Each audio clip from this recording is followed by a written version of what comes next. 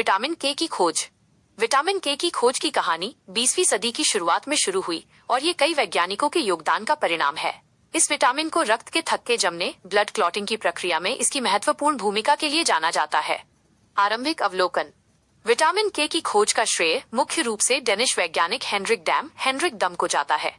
1929 में डैम मुर्गियों पर स्टेरॉल चयापचय मेटाबॉलिज्म से संबंधित एक अध्ययन कर रहे थे।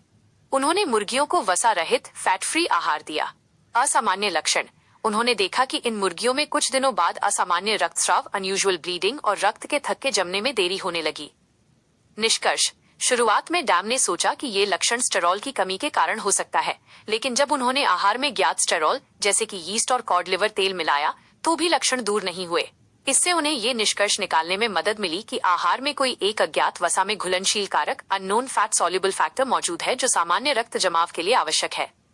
नामकरण और शुद्धिकरण।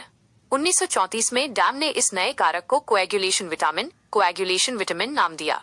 उन्होंने इसे विटामिन के नाम दिया, जहां के शब्द जर्मन भाषा के शब्द कोएगुलेशन, जिसका अर्थ है जमाव, से लिया गया था। इसके तुरंत बाद अमेरिकी वैज्ञानिक एडवर्ड एडल्बर्ट डोइजी और उनके सहयोगियों ने विटामिन के रासायनिक स्वरूप की पहचान और शुद्धिकरण प्यूरिफिकेशन पर काम शुरू किया। विटामिन के प्रकार। 1939 में डोइजी की टीम ने 2 मुख्य प्राकृतिक रूपों को सफलतापूर्वक अलग किया और उनका रासायनिक ढांचा निर्धारित किया। विटामिन के1 फाइलोक्विनोन मुख्य रूप से हरी पत्तेदार सब्जियों में पाया जाता है। विटामिन के2 मेनाक्विनोन मुख्य रूप से बैक्टीरिया द्वारा आंत में संश्लेषित सिंथेसाइज्ड होता है। नोबेल पुरस्कार।